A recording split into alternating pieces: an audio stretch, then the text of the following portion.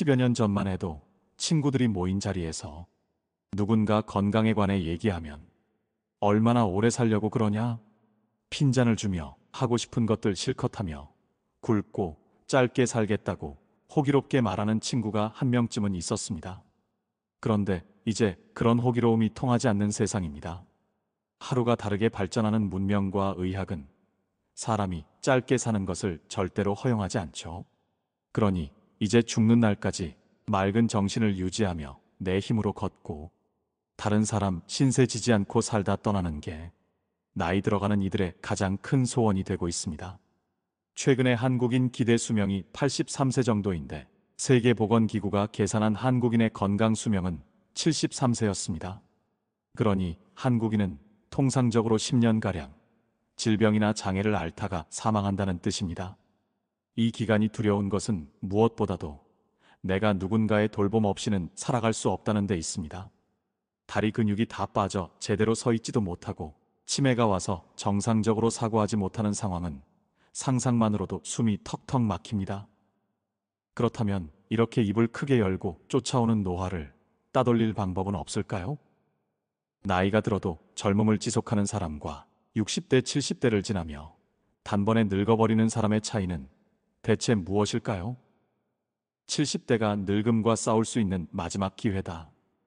오늘 소개해드릴 내용은 노인정신의학 전문의 와다 히데키의 책 70세가 노화의 갈림길입니다. 그는 60대 후반에서 70대 초반 사이에 어떤 생활 습관을 만드느냐에 따라 앞으로 20년에서 30년의 삶이 완전히 달라질 수 있다 이야기하며 건강하고 활동적인 30년을 살아갈 것인지 아니면 한순간에 노화되어 힘겨운 30년을 살아갈 것인지 우리에게 반문합니다. 최고 권위를 자랑하는 노인정신의학 및 임상심리학 전문가인 와다 히데키가 말하는 70대가 되면 누구나 겪게 되는 현실과 노화 속도를 늦추는 건강관리 비법, 지금 바로 시작하겠습니다. 70세가 되면 누구나 겪는 현실 7가지. 첫 번째, 70대가 되면 의사의 말을 액면 그대로 믿어서는 안 된다. 의사의 지시대로 잘 따른다면 건강 장수할 수 있다는 생각은 이제 버리는 편이 좋다. 70대가 되면 의사의 발언에 대해 조심해야 할 포인트가 하나 있다. 의사는 장수 전문가가 아니다. 자신의 전공인 한 장기의 스페셜리스트에 지나지 않는다는 점이다. 호흡기 내과 의사는 호흡기 건강을 위해, 소화기 내과 의사는 소화기 건강을 위해 환자를 진찰하고 있는 것에 불과하다. 의사가 몸에 좋고 나쁘다고 말하는 것은 자신이 전문으로 하는 장기에 있어서 좋은지 나쁜지를 말하는 것뿐이다. 즉 장수를 위한 전문적인 의사는 없다. 인간의 몸 전체를 보고 어떻게 하는 것이 몸에 좋고 어떻게 하면 몸에 나쁜지 말해주는 의사는 거의 없다는 말이다. 40대, 50대의 심근경색이 되어 돌연사하고 싶지 않다면 이러한 스페셜리스트 의사에게 진찰을 받는 것도 의미가 있을 것이다. 순환기 내과 의사에게 진찰을 받는다면 심각한 심장질환을 예방할 가능성은 있다. 그러나 70대가 되면 신체의 모든 장기의 활동력이 떨어진다. 어떤 장기의 스페셜리스트 의사의 말만 그대로 받아들이면 진찰받고 있는 장기는 좋아져도 다른 장기에 지장이 생긴다. 결국 몸 전체에 손상을 입는 일이 발생할 가능성이 있다. 꼭 필요하다고 단언할 수 없는 수술이나 치료를 할 필요는 없다. 의사가 시키는 대로 하고 결과적으로 생활의 질을 떨어뜨리는 경우는 자주 생길 것이다. 최악의 경우 어쩌면 수명을 단축시킬 수도 있다. 그렇게 되지 않기 위해서라도 70대가 되면 의사의 말을 액면 그대로 믿어서는 안 된다. 앞으로 의사가 뭐라고 해도 그냥 고개만 끄덕이지 말고 스스로 생각하는 습관을 들이자. 과연 이 지시에 따라야 내가 오래 살 수 있는가? 내가 원하는 대로 만년을 건강하게 살 수 있는가? 스스로 생각하는 것이다. 그러기 위해서는 자신 나름의 정보 수집이나 다른 의사의 진단을 듣는 등의 노력을 아끼지 말아야 한다. 두 번째, 가족 간병에 직면하는 사람이 점점 많아진다. 70대가 배우자를 간병하는 사례는 흔하지만 70대 자녀가 90대 부모를 간병하는 사례도 늘고 있다. 70대가 되어 퇴직하면 다른 일이나 특별한 취미도 없는 사람의 경우 간병을 은퇴 이후 삶의 보람으로 여기는 사람이 있다. 간병을 받는 사람으로부터 신뢰도 얻을 수 있기에 한층 간병에 빠져들어가는 것이다. 그러나 이 같은 간병에 관여하는 방식은 자신의 만년을 망쳐버릴 가능성이 높다. 간병받는 사람 입장에서도 자신을 돌보는 가족이 불행해지는 것을 바라지는 않을 것이다. 그렇다면 왜 간병에 빠져들면 그 사람의 만년이 망가져버리는가? 간병에 투입하는 시간은 3년 지속될지, 5년 지속될지, 아니면 10년 지속될지 끝을 모르는 경우가 대부분이다.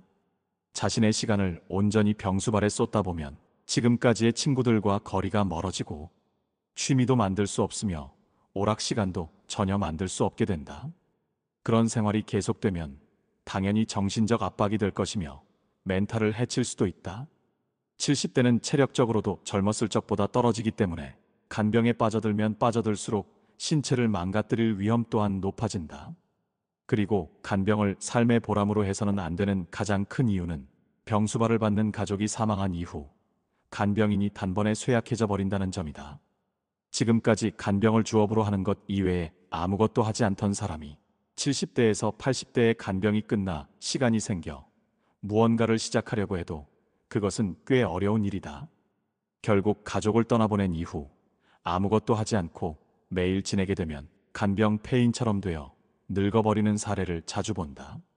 그렇게 되지 않기 위해서라도 70대 전후의 사람이 가족의 간호에 직면하면 간병보험 제도를 활용할 필요가 있다.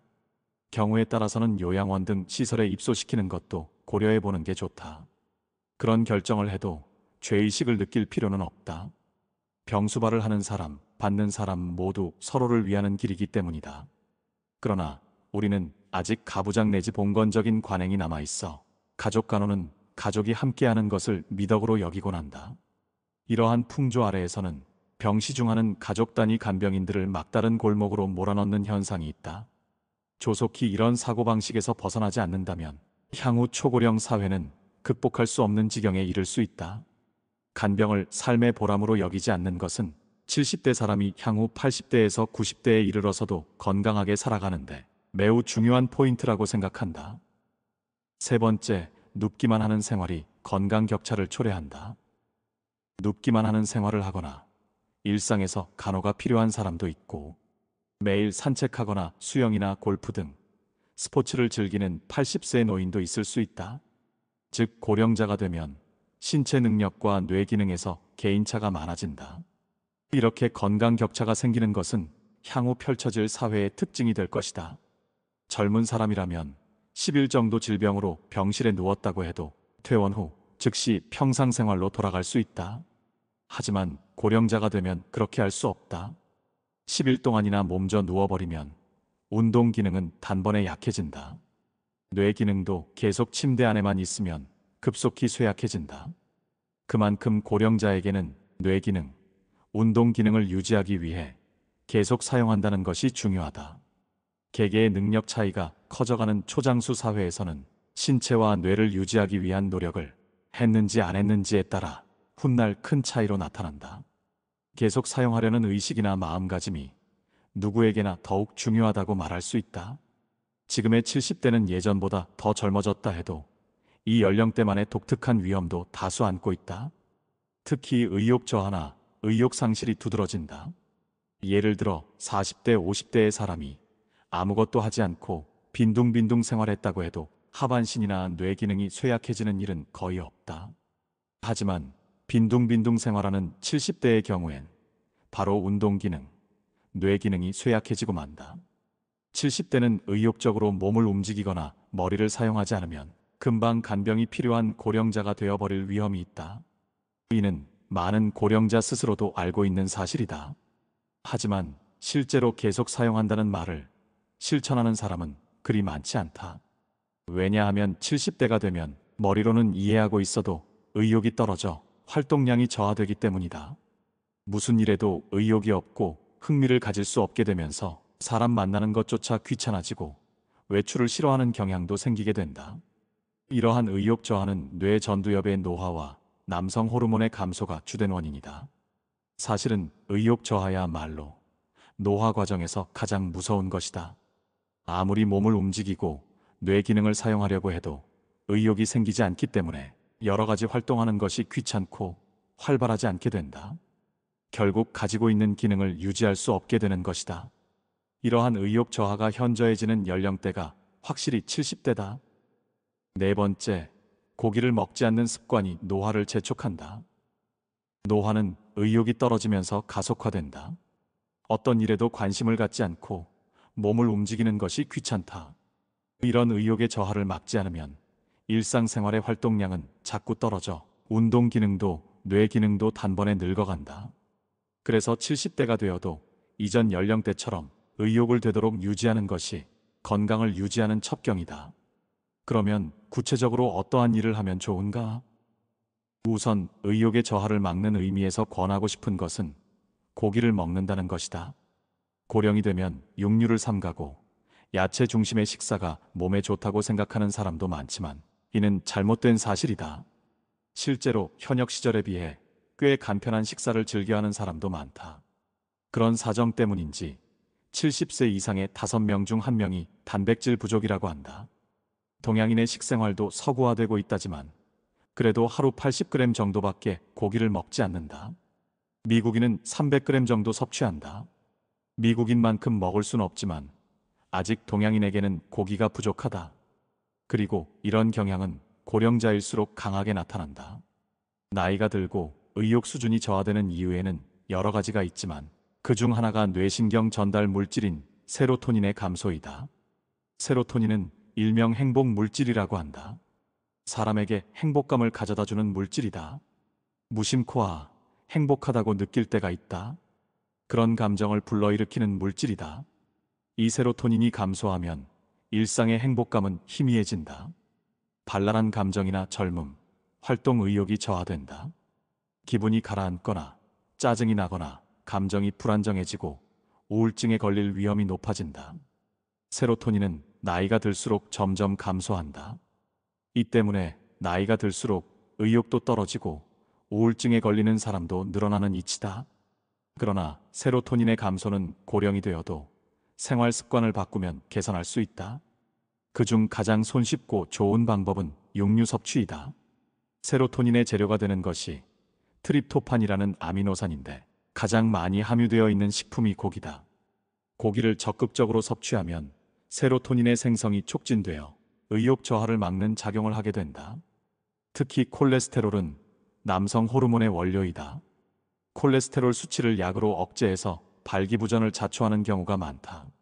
남성 호르몬 중에서도 특히 테스토스테론은 의욕과 관계가 있다. 성기능적인 측면뿐만 아니라 다른 사람에 대한 관심이나 집중력 등에 관여하고 있다. 남성 호르몬이 감소하면 활동 의욕이 저하되어 기운 없는 노인이 된다. 그러니 고기를 먹고 콜레스테롤을 잘 섭취하면 남성 호르몬 저하도 늦출 수 있다. 고기를 싫어하거나 소화 기능적 문제로 먹지 못한다면 무리할 필요는 없다. 하지만 건강을 위해 절제하고 육식을 멀리하려고 한다면 그런 일은 오늘부터 그만두자. 5번째, 단번에 늙어버리는 다양한 위험에 직면하게 된다. 의욕 저하 이외에도 70대에 직면할 위험은 여러 가지가 있다. 가장 흔한 것은 질병, 부상 등의 건강상의 문제이다. 큰 질병이나 넘어져 생긴 부상 등으로 70대가 단번에 늙어버리는 사례는 흔한 일이다. 이 연령대는 암이나 뇌경색 등에 걸리는 사람도 많아지기 때문에 중대한 질환에 어떻게 대처하는지가 중요해진다. 수술을 할지 말지, 어떤 검사, 어떤 치료를 받을지 등의 대목에서 중대한 결정을 내려야 하는 경우가 많다. 의외로 잘 알려져 있지는 않지만 우울증도 70대의 큰 위험 요인이다. 우울증에 걸리면 몸을 움직이는 것이 귀찮아지고 밖에도 나가지 않게 된다. 예를 들면 예전에 자주 참가했던 취미 모임이나 아는 사람들이 모이는 고령자의 쉼터 등에 가자고 아무리 권유해도 잘 가지 않게 된다. 식욕도 확실히 떨어지기 때문에 자신도 모르게 살도 빠진다. 그것도 지방이 없어지는 것이 아니라 근육이 없어지기 때문에 우울증에 걸리면 단번에 늙어버린다. 장수화에 따라 지금까지 60대에 맞이했던 인생의 고비를 70대에 맞는 경우도 많아질 것이다. 인생의 고비를 어떻게 극복해 나가는가 여부는 70대를 어떻게 보내는지에 따라 판가름 날 수도 있다. 6번째, 70대에 익힌 습관이 이후 30년의 삶을 구한다. 70대의 습관 만들기가 중요한 이유는 많은 사람들이 70대 전후로 일을 그만두기 때문이다. 현역으로 일하고 있을 때는 루틴이 있기 때문에 필연적으로 활동할 수밖에 없다. 하지만 은퇴하면 바로 몸을 움직이거나 머리를 쓰는 일 따위가 없어진다. 즉, 이 시기부터 의도적으로 몸을 움직이고 뇌를 사용하려고 습관화하지 않는다면 운동 기능도 뇌 기능도 계속 유지할 수 없게 된다. 또 70대의 습관 만들기가 중요한 이유가 있다. 70대에 시작한 습관은 80대 이후에도 평생에 걸쳐 지속되기 때문이다. 예를 들어 70대에 평소부터 걸으려고 노력해서 산책 습관이 몸에 밴 사람은 80세가 되어도 계속하려고 한다. 70대에 수영을 하고 등산할 것을 맘먹고 습관화한 사람은 80세가 되어도 체력이 남아있는 한 계속할 것이다. 만일 신체 기능상 등산을 할 수 없게 되면 그것을 대신할 무언가를 해서 몸을 움직이려는 마음가짐만은 평생 계속될 것이다. 운동뿐만 아니라 연극이나 회화, 바둑, 장기, 낭독 등의 취미 활동도 70대에 습관화된 사람은 80대가 되어도 거의 그만두기 어려울 것이다. 그렇기에 현역 시대에 가까운 신체 기능이나 의욕이 있는 70대 때 기능 유지를 위해서라도 의도적으로 행동하는 것이 매우 중요하다. 이때 의식적으로 좋은 습관을 들이는 것은 80대의 건강을 유지하는 첩경이다. 7번째, 70대는 늙음과 싸울 수 있는 마지막 기회이다.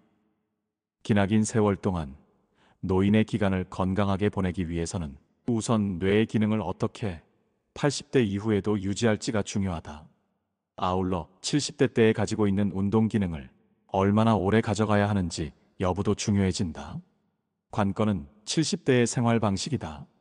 70대 초반까지는 치매에 걸리거나 환자가 된 사람은 10%도 채 안 된다. 다치거나 큰 병을 앓거나 하지 않으면 중장년 시절처럼 활기찬 생활을 영위할 수 있다. 이 인생 종반의 활동기를 의도적으로 노력하며 보낸다면 신체도 뇌도 젊음을 유지할 수 있고 간병을 받는 환자가 되는 시기를 늦출 수 있다. 건강한 80대로 연착륙하기 위해서는 70대가 매우 중요한 시기이다. 단지 독자 여러분이 알아주셨으면 하는 게 있다. 필자는 평생 늙어가는 것에 저항하거나 싸우는 것을 추천하지 않는다는 점이다. 확실히 현재 노화방지 의료의 진보는 눈부시다. 전체 양상을 보아도 70대 무렵까지는 현역 때와 비교해 그다지 변화 없는 생활을 유지할 수 있다. 그러나 이는 80대 정도까지 상황이다.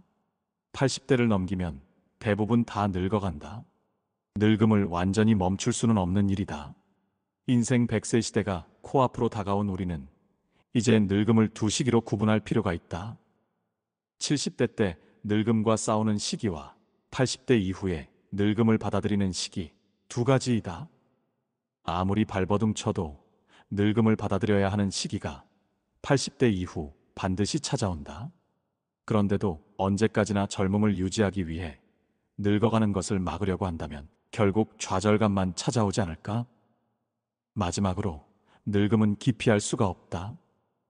80대가 되고 85세를 넘었을 무렵에는 누군가의 손을 빌려야 하는 일도 많아진다. 그때야말로 있는 그대로 자신의 늙은 모습을 받아들여야 하는 시기다. 그렇지 않으면 이후 15에서 20년 정도 연장된 늙은 기간을 살아가는 것은 매우 괴로운 일이 되어버린다. 육신의 수명이 100세 근처까지 늘어나면 일반적으로 병석에 누운 채 노쇠에 사망하는 경우가 대부분이다. 누구나 높은 확률로 그런 말년을 맞이하기 때문에 늙음을 기피하며 살아가는 것이 더 부자연스럽다. 80세를 넘어서 늙은 자신의 모습을 보고 실망하거나 늙음을 혐오할 필요는 없다. 오히려 큰 병으로 목숨을 잃는 일도 없고 사고를 당하는 일도 없이 천수를 다하고 있기 때문에 늙음에 직면할 수 있다고 생각하는 것이 좋다. 80세가 넘으면 늙어간다는 자연의 흐름을 받아들이는 시기다. 한편으로 70대는 사람들이 보다 건강해지고 한창 늙음과 싸우는 시기라고 할 수 있다. 70대의 건강한 상태를 유지하려고 노력하는 것은 효과도 있고 의미가 있다. 늙음을 받아들이는 방법은 사람마다 다르다. 젊음을 유지하고 싶다고 생각하지 않는 사람도 있다. 있는 그대로 자연스럽게 늙어가는 것이 제일 낫다고 생각하는 사람도 물론 있을 것이다. 늙었을 때 사는 방식, 받아들이는 방법에 정답도 없으며 사람마다 자유롭게 살면 되는 것이다. 다만 80대가 돼서도 건강을 유지하고 삶의 질을 유지하며 몸도 어느 정도 움직일 수 있는 것이 좋다. 젊은 시절에 맑은 머리를 유지하고 싶다면 70대는 늙음과 싸울 수 있는 마지막 기회이다. 이 시기에 매일매일 노력이 이후 찾아올 80대의 모습을 크게 좌우하게 될 것이다. 노화 속도를 늦추는 6가지 비결. 첫 번째, 어떤 일을 하더라도 은퇴하면 안 된다. 70대의 생활 방식은 참으로 중요하다. 간병을 받는 환자가 되는 시기를 가급적 늦추고 80대 이후에도 건강하게 보내기 위한 마지막 활동기이기 때문이다. 정년 연장이나 정년 후의 재고용 등 고령이 되어도 일하는 환경이 준비되고 있지만 그래도 70대가 되면 근무하던 회사를 그만두고 퇴직하는 사람이 많을 것이다. 70대 때 단번에 늙는 사람은 전형적으로 은퇴한 직후부터 일체 활동을 그만두는 경우이다. 지금까지 열심히 일해왔기 때문에 퇴직하면 이제 아무것도 하지 않고 집에서 빈둥빈둥 지내고 싶다고 손꼽아 퇴직하는 날을 기다리는 사람도 있다. 그러나 70세까지 현역으로 일을 하던 사람이 퇴직 후에 무엇을 할지 생각하지도 않고 은퇴하면 단번에 늙어버리는 일이 많다. 직장에서 일할 때는 책상머리 같은 루틴한 업무라도 통근하는 경우 생각보다 몸을 많이 사용하고 있다. 그런데 퇴직하고 나서 집에만 틀어박혀 있는 70대라면 약 1개월 정도 지나면 운동 기능 가운데 상당 부분이 저하되기 쉽다. 뇌 기능 측면에서도 일하고 있으면 매일 나름대로 지적 활동이나 다른 사람과 의사소통 등의 활동으로 다양한 상황을 접하게 된다. 반면 집에서 지내면 평소 뇌 활동이 없어지고 치매 위험도 높아진다. 특히 전두엽의 노화가 단번에 진행된다. 전두엽이란 창조적 능력이나 다른 사람에 대한 공감 능력, 예상치 못한 일에 대처하는 능력에 관여하는 부분이다. 이 부분이 노화되면 어떤 일에도 의욕이 생기지 않고 활동 자체를 귀찮아한다. 운동 기능의 저하와 뇌의 노화가 더욱 가속화될 것이다. 외형적인 인상에서도 발랄한 느낌을 잃은 기운 없는 노인으로 변모하게 된다. 그렇게 되지 않기 위해서라도 조만간 퇴직을 맞이할 단계라면 퇴직 이후 무엇을 할 것인지 미리 준비를 해둬야 한다. 퇴직하고 잠시 쉬었다가 다음에 무엇을 할지 생각한다면 어느새 게으른 생활에 휩쓸려 습관으로 굳어버리는 경우가 허다하다. 70대에도 신체적 기능은 비교적 건강하다지만 전두엽의 노화는 이미 40대부터 진행되고 있다. 두 번째, 일하는 것이 노화를 늦추는 최고 보약이다. 늙어서도 계속 일하는 것이 노화를 늦춰 언제까지나 젊음을 유지하도록 한다는 것을 앞에서 설명했다. 이는 데이터로도 입증되고 있다. 나가노현은 일찍이 도도부현 중에서도 평균 수명 데이터가 하위에 위치하고 있었다. 하지만 1975년 무렵 이 지역 출신 남성의 평균 수명이 전국 4위가 되었다. 그 후 상승하기 시작해 1990년에는 전국 1위를 몇 번이나 기록했다. 여성도 2010년에 조사에서 1위가 되었다. 남녀 모두 평균 수명이 일본 내 도도부현 가운데 1위가 되었다. 후생 노동성이 최근 발표한 2015년 조사 결과에서 남성이 81.75세로 전국 2위, 여성이 87.67세로 전국 1위에 랭크됐다. 이 정도에 이르자 왜 나가노현이 장수하는 현인지에 대해 다양한 추측이 나왔다. 나가노현에서 메뚜기나 벌집 등의 곤충을 먹는 습관이 있기 때문이라든지 지형적으로 산간 지역이 많아 산길을 잘 걷고 하반신이 단련되어 있기 때문이라는 등의 이유가 제기된 적 있다. 그러나 최근에는 곤충을 먹는 일도 줄고 자동차의 보급이 진행되어 산길을 걷는 일도 적어지고 있다. 이런 가설들은 그다지 설득력이 있어 보이지 않는다. 장수 마을의 이유는 일하는 데 있다. 필자가 생각할 때 진짜 이유는 이것이다. 나가노현 고령자의 취업률에 있는 게 아닌가 생각한다.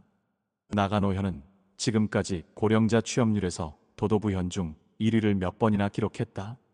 총무성 통계국이 발표한 최신 데이터인 2017년 10월 1일 기준 나가노현의 남성이 41.6%로 전국 1위에 랭크됐다. 여성도 21.6%로 1위에 자리했다. 남성에게 있어서 이 같은 높은 취업률은 높은 평균 수명에 반영되고 있다고 생각한다. 집에 틀어박혀 있지 않고 일하는 것이 운동 기능, 뇌 기능의 노화를 지연시켜 고령자의 수명을 연장하고 있다고 생각한다. 이는 오키나와의 평균 수명 및 취업률의 관계에서도 알 수 있다. 오키나와는 장수하는 현이라는 이미지가 있다. 실제로는 그렇지 않다. 여성은 장수하지만 남성 평균 수명은 전체 도도부현 중 30위 아래에 있다. 전국 평균을 밑돌고 있는 것이다. 반면 여성은 전국 7위로서 비교적 높은 위치에 있다. 왜 오키나와의 남성과 여성은 거의 같은 유전자를 갖고 동일한 기후 풍토에서 생활하고 있음에도 이 정도로 평균 수명이 다른가? 그 이유도 취업률에 숨겨져 있는 게 아닌가? 필자는 생각해 본다. 계속 일에 종사하는 것이 나이가 들어도 활동량을 떨어뜨리지 않는 가장 쉬운 방법이다. 그것이 신체나 뇌 노화를 늦추는 것에 좋은 영향을 미쳐 건강한 70대, 80대로 지내는 것을 가능하게 해준다는 점이다. 다만 나이를 먹고 난 후 일하는 방식은 젊었을 때와는 달리 바꿀 필요가 있다. 돈이나 효율만을 추구하는 근로 방식에서 자신의 경험이나 지식을 살려 누군가를 도와 사회에 도움된다는 사실에 가치를 둔다면 좋을 것이라 생각한다. 세 번째, 햇빛 쬐는 습관이 사람을 젊게 한다. 적당한 일광욕을 하는 습관도 의욕 저하를 방지하는 데에는 아주 효과적이다. 앞서 설명한 대로 사람의 의욕과 밀접한 관계가 있는 뇌 속 물질 세로토닌은 빛을 받으면 다량 생성되기 때문이다. 뭔가 고민이 있어 방 안에서 생각에 잠겨 있으면 기분도 가라앉는다. 하지만 밖에 나와 햇볕을 받으면 기분이 가벼워지고 밝은 기분을 되찾을 수 있다. 이 또한 뇌 속에서 세로토닌이 작용을 하고 있기 때문이다. 단, 일광욕이 중요하다고 해도 굳이 뭔가를 할 필요는 없다.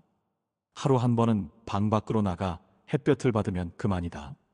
가장 손쉬운 방법은 산책이다.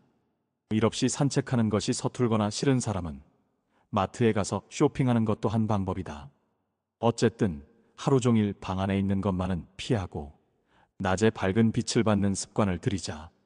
또한 햇볕을 받아 만들어진 세로토닌은 밤에 뇌 속에서 멜라토닌이라는 호르몬을 생성한다.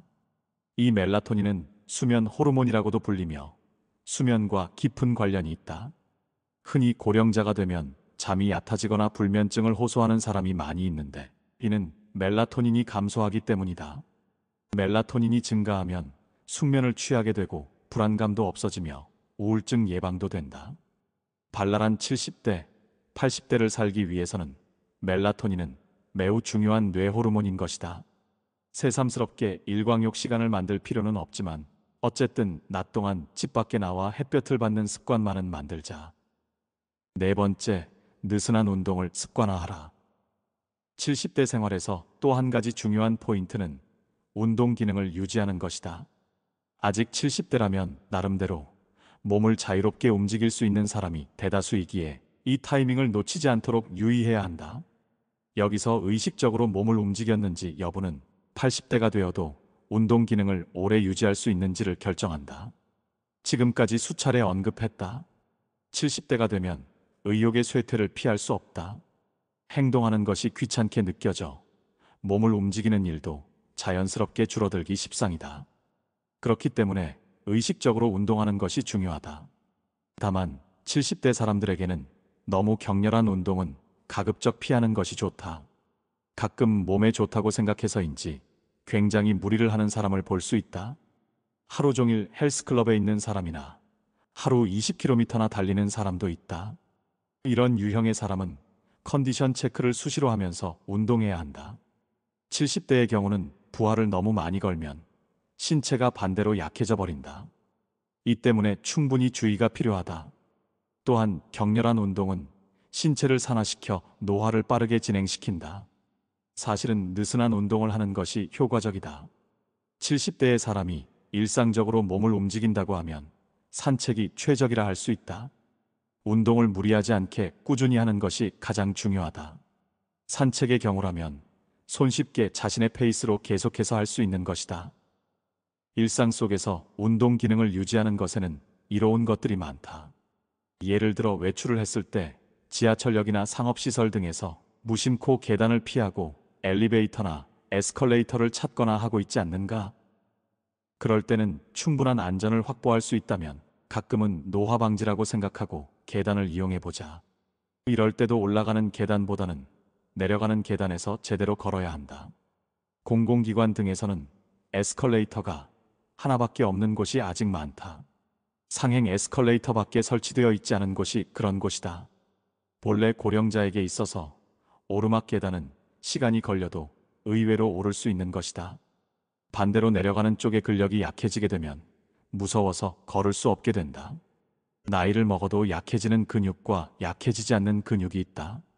계단을 오르내릴 때는 내려올 때의 근육 쪽이 먼저 약해진다.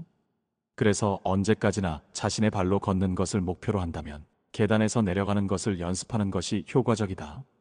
발밑을 보고 있으면 잘 알 수 있는데 계단을 성큼성큼 내려갈 수 있다는 것은 아직 다리가 젊다는 것이다. 넘어질 우려가 있다면 그만두는 편이 좋다. 하지만 무리가 없을 정도로 계단을 이용하여 다리 힘을 유지하자. 산책 이외에도 최근에는 물속에서 걷기를 하고 있는 사람도 자주 본다. 이것도 몸에 부하를 주지 않는 좋은 운동이다. 5번째, 맛있는 것을 먹고 면역력을 높이자. 고령자가 되면 다이어트는 아니더라도 콜레스테롤과 혈압, 요산 수치 등에 신경을 쓴 나머지 먹고 싶은 것을 제대로 먹지 않고 참는 사람이 많다. 물론 중병을 앓고 있다면 아무래도 제한하지 않으면 안 되는 경우에는 참아야 한다. 그러나 콜레스테롤이 좀 높아서라든가 요산치가 걱정되기 때문이라든가 하는 정도의 이유라면 70대에서라도 좋아하는 음식을 참을 필요는 없다. 폭식은 몸에 좋지 않지만 그렇지 않을 경우 좋아하는 것을 참지 말고 먹어도 된다. 고령자가 되면 식욕도 떨어지고 몸에 좋다고 곡류 위주로 식단을 꾸리는 사람도 많다. 그러나 실제로는 영양이 부족한 사람이 대다수다. 좋아하는 음식을 참는 것보다 먹고 싶은 것을 먹고 영양을 취하는 것이 좋다. 또 70대에게는 100세까지 생존한다고 가정해도 앞으로 30년이다. 어떻게 살고 싶은지에 대해 생각해 볼 필요가 있는 것 아닌가? 혈압이나 콜레스테롤 수치 등을 언제까지나 신경을 쓰고 참으면서 장수하고 싶은 것인지. 우선 그것보다 몇 년 수명이 짧아져도 먹고 싶은 것을 먹는 기쁨을 누리고 사는 생활 가운데 어느 쪽이 행복한 삶인지 생각할 필요가 있다. 맛있는 음식을 먹을 때 사람의 전두엽은 크게 활성화된다. 반대로 절제된 생활을 한다면 전두엽의 활성화와 좋아하는 음식을 먹을 때의 행복감은 사라진다. 70대가 되면 식사 제한에 과민해질 필요는 없다. 먹고 싶은 것을 먹는 것, 맛있다고 느끼는 것은 면역 기능을 높여 건강에 도움이 된다. 단, 술에 대한 주의가 필요하다. 고령자가 되면 아무래도 혼술의 기회가 많아진다. 마실 상대가 없거나 잠들 수 없기 때문에 또 기분이 상쾌하지 않다는 등의 이유로 혼자 마시는 경우가 많아진다. 가볍게 저녁 반주 정도라면 괜찮지만 그렇지 않으면 혼술은 가급적 피하는 것이 좋다. 매번 음주할 때 혼자 마시는 습관이 생기지 않도록 조심할 필요가 있다. 6번째, 자신의 의견을 적극 표현하며 대화하라. 고령자가 되면 자유로운 시간이 늘어난다. 하지만 이런 시간을 이용해 지금까지 배우고 싶었던 어학이나 역사 등의 독학을 시작하는 사람도 있다. 그러나 안타깝게도 혼자 독서에 힘쓰는 독학 스타일은 전두엽의 노화를 막는다는 측면에서 별로 도움되지 않는다. 책을 읽고 입력하는 행위보다 대화 등으로 밖으로 꺼내놓는 행위가 전두엽의 활성화를 촉진해 노화를 방지하게 된다. 뭔가 배우고 싶은 것이 있으면 독학하지 말고 노인 대학이나 복지센터 등 몇 사람의 모임에 참가해 배우는 쪽이 전두엽을 사용하는데 효과적이다. 수다스러울 필요는 없지만 누군가와 일상적으로 대화를 나눌 기회가 자주 있는 사람 가운데 전두엽의 노화를 늦추고 나이를 먹어도 젊고 의욕적인 사람들이 많다. 그러니 70대가 되면 특히 대화를 나누는 기회를 의식적으로 갖도록 하자. 고령이 되면 열심히 공부하는 것보다 지금까지의 지식이나 경험을 토대로 자기 나름의 의견으로 가공해서 출력하는 것을 의식적으로 이행해야 한다. 사실 70대 사람들에게는 인생에서 얻은 지식과 경험이 있다. 반드시 그 사람 나름의 독특한 지식의 발신이 생길 것이다. 누군가와 이야기할 기회를 좀처럼 만들 수 없다고 하는 사람이라도 기회는 얼마든지 있다. 지금은 블로그나 페이스북 등의 SNS가 있기 때문에 거기에 자신의 의견을 올린다면 직접적인 대화를 할 수 없어도 전두엽은 활성화된다. 그것을 계기로 당신의 글을 본 누군가와 연결되면 새로운 의견 교환의 장소가 생기게 될 것이다. 그리고 무엇인가를 발신할 기회가 있다면 유식한 사람보다 말을 재미있게 하는 사람을 목표로 하는 것이 전두엽의 노화 방지에 효과적이다. 여기까지 와다 히데키의 책 70세가 노화의 갈림길이었습니다. 요즘 감속 노화라는 말이 크게 주목받고 있습니다. 어떻게 하면 신체의 노화를 조금이라도 늦출 수 있을지? 어르신들뿐 아니라 40대, 50대 중장년조차도 감속 노화에 큰 관심을 나타냅니다. 모두의 눈앞에 펼쳐진 100세 시대, 건강하지 않은 몸으로 긴 여생을 사는 데에 대한 공포심에서 누구도 자유롭지 못한 현실을 반영한 것이죠. 생활 습관이 노년 건강의 70%를 결정한다. 노년의 건강을 결정하는 것은 타고난 유전자의 영향이 30%이고 나머지 70%는 생활 습관에 달려 있다는 게 이제는 정설로 받아들여지고 있습니다.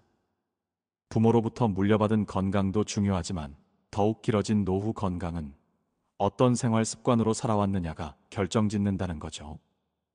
그러니 지금부터 60대, 70대라도 늦었다 생각 말고 오늘 영상을 통해 기존에 잘못된 습관이 있다면 바로잡고 앞으로 30년은 어떤 생활 습관을 가져가는 게 좋을지 한번 곰곰이 고민해보는 시간이 되셨으면 합니다. 우리는 퇴직 후 남은 인생이 20년을 넘어 30년에 가까워졌습니다. 여생이라 부르기에도 민망한 긴 시간이죠. 정년을 맞이한 60세라는 나이는 차라리 새로운 인생이 시작되는 나이라고 봐야 합니다. 노후에 우리에게 주어진 시간이 얼마나 되는지 아시나요? 식사나 수면, 목욕 등 일상생활에 필요한 시간을 빼고 나면 하루에 10시간 정도가 남고 60세부터 20년 동안으로 계산해도 무려 7만 3천 시간이라는 자유시간이 주어지게 됩니다. 현재 20세에서 60세까지 노동시간이 40년 동안 7만 6천 시간이라는 점을 감안하면 젊은 시절 일했던 시간만큼 자유시간이 또다시 생기게 되는 것입니다. 우리 노후에는 여전히 많은 시간이 남아 있습니다. 무의미하게 흘려보내기에는 너무 아까운 지금입니다. 이상으로 나이들매 품격이었습니다. 황금빛으로 물들어가는 여러분들의 행복한 인생 이막을 응원합니다. 오늘 영상이 도움이 되셨다면 구독과 좋아요 부탁드립니다. 끝까지 시청해 주셔서 감사합니다.